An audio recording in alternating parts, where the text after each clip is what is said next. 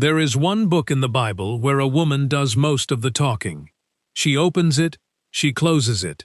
She gets more lines in it than any other woman in Scripture. And 5 verses in, she stops the poem to apologize for how she looks. Song of Solomon, chapter 1, verse 6. Don't stare at me because I am dark, because the sun has looked upon me. Nobody asked her. That is the part worth sitting with. She is not answering an accusation.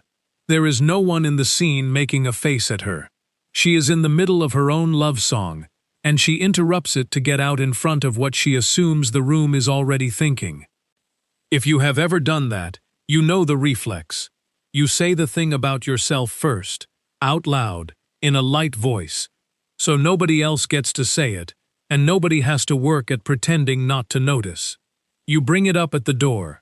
You apologize for the house before they have finished stepping into it. She does it in verse 6 of a poem that is supposed to be about being wanted. And what reason does she give? Not the one you would expect. She does not say she is plain. She does not hold herself up against another woman and come out short. She gives a cause, and the cause is the weather, the sun, which leaves a question worth the next 10 minutes. Why would sunlight be something a person has to apologize for? Start with who she is talking to, because she tells us, "O daughters of Jerusalem." She is speaking to a group of city women, and she puts 2 pictures side by side to tell them what she looks like the tents of Kedar, like the curtains of Solomon. Kedar was a people descended from Ishmael's second son, herdsmen who lived in the open and moved when the grazing moved. Their tents were woven from the hair of black goats. Goat hair swells when it gets wet, so the weave tightens in the rain, and the tent sheds water instead of drinking it. That is a working tent. It smells like animals and smoke, and it goes wherever the herd goes. The curtains of Solomon are the other thing entirely. Palace fabric, hanging indoors out of the weather, where nothing fades it. She holds up both, and tells them she is the first one. So how did she end up that way? She tells them, and it is the flattest, hardest sentence in the passage. My mother's sons were angry with me. They made me keeper of the vineyards. Not her vineyards, the vineyards. Somebody else's rows, and she was posted out there by her own family, in temper, as a punishment, or as free labor, or as both. The text does not explain it. It says they were angry, and this is what they did about it. So the thing she is apologizing for is not a flaw she was born with, and not a choice she made. It is a record. Her skin is the receipt for work that angry people assigned to her. But the verse does not stop there. There is one more clause, and it is the one almost nobody quotes. But mine own vineyard have I not kept. In Hebrew, it is 4 words at the end of a long complaint, and the wording matters. Karmi, sheli, natarti. My vineyard, the one that is mine, I did not keep. She was made a keeper. That is the word the verse uses. A guard, somebody posted to watch rows of fruit belonging to another household. And she is telling these women that she did that job, out in the light, for years, and that the whole time, there was one plot nobody had assigned anybody to watch. Hers. The song is a poem, and poems carry more than one thing at once on purpose. The vineyard she did not keep is land. It is also her. It is whatever a person has that needs tending and does not get tended, because the daylight is already spoken for by somebody else's rose. Sleep, a body, a friendship you kept meaning to call back. And what does the poem do with a sentence like that? Nothing. It moves on. No follow-up, no explanation. Nobody in the scene says, "Tell me more about that." It gets dropped into the middle of a defense of her skin and left lying there, and if you read at any speed you will go straight past it, which is what most people do, because the line before it is the quotable one. So she has told a room of women 2 things: that her body is the record of work she did not choose, and that she lost herself doing it. What do you say to a person who has just said that out loud? The answer arrives 2 verses later, and it is strange enough to read slowly. She had asked him something practical. Where do you graze the flock? Where do you rest them at noon, so I am not left wandering around looking for you? And the reply comes back, If thou know not, O thou fairest among women, go thy way forth by the footsteps of the flock. Fairest among women, dropped into the middle of directions, like a fact he assumed she already had. A few verses on, he says it again, and this time it is the whole sentence. Behold, thou art fair, my love. Look at what that reply does not do. It does not argue with her about the sun. It does not tell her she has it wrong, or that she is being too hard on herself, or that her brothers were not as bad as all that. It declines the premise, and it keeps talking to her. But there is a second thing missing from that answer, and once you see it, you cannot stop seeing it. Nobody tells her that looks do not matter. Isn't that the line? Isn't that the thing people say? So why does this book hold it back? We have all heard the sentence, in one version or another. It is what is on the inside that counts.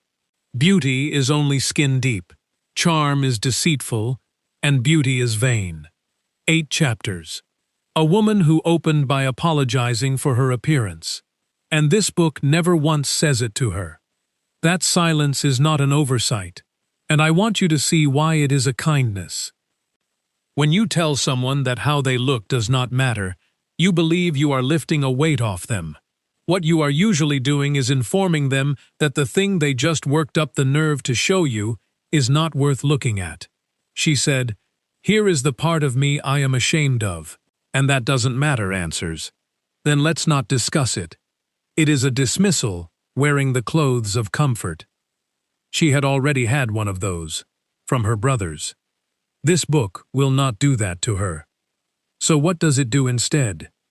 But notice, it does not go the other way either. Nobody in it issues a verdict on her. Nothing is ruled, nothing is settled, no finding handed down that she is or is not acceptable. He tells her what he sees, and that is not the same thing as a judgment.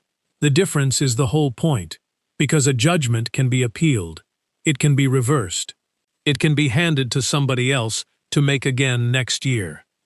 So no verdict is coming, which leaves exactly one thing still open in the rest of this book. She said there was one vineyard she never got to keep. Does she ever get it back? 7 chapters go by. Then, near the very end, chapter 8, verse 12, she is speaking. My vineyard, which is mine, is before me.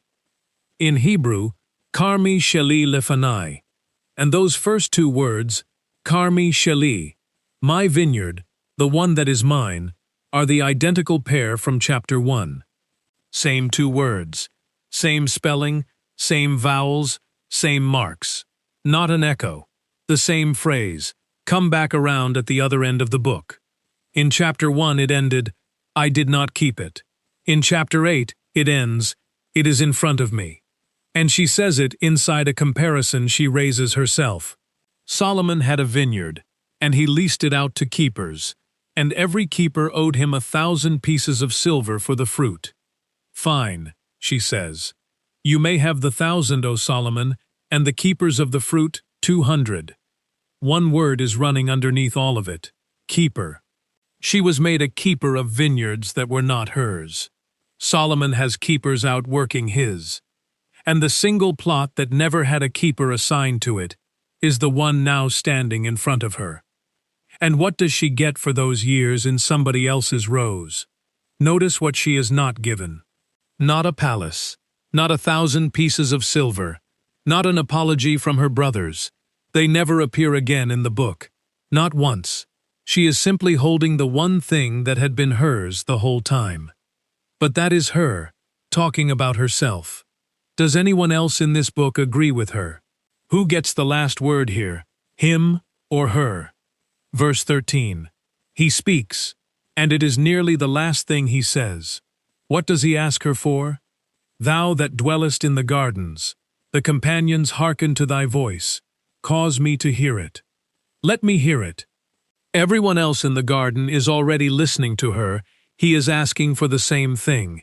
That is the entire request. Not look at me. Not come here.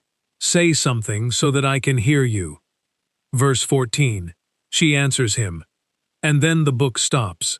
No closing narration. No summary. No verdict read out at the end of the case. The final line of the Song of Songs is her voice. Nobody in this book ever tells her she was wrong about the sun. Nobody argues with her, and nobody hands her the other insult either, that how she looks was never worth anything to begin with. What the book does instead takes 7 chapters. She said the vineyard she never got to keep was her own, and in chapter 8 the same 2 words come back in her mouth, and this time they are hers. Then a man asks to hear her voice, and the last verse of the book is her answering him.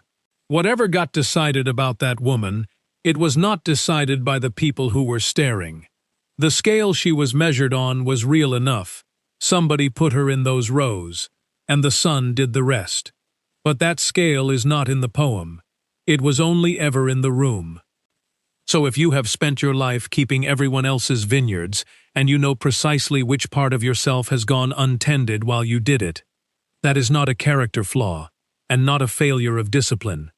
It is a sentence sitting in the middle of the oldest love song in the book, and the woman who says it gets the last word.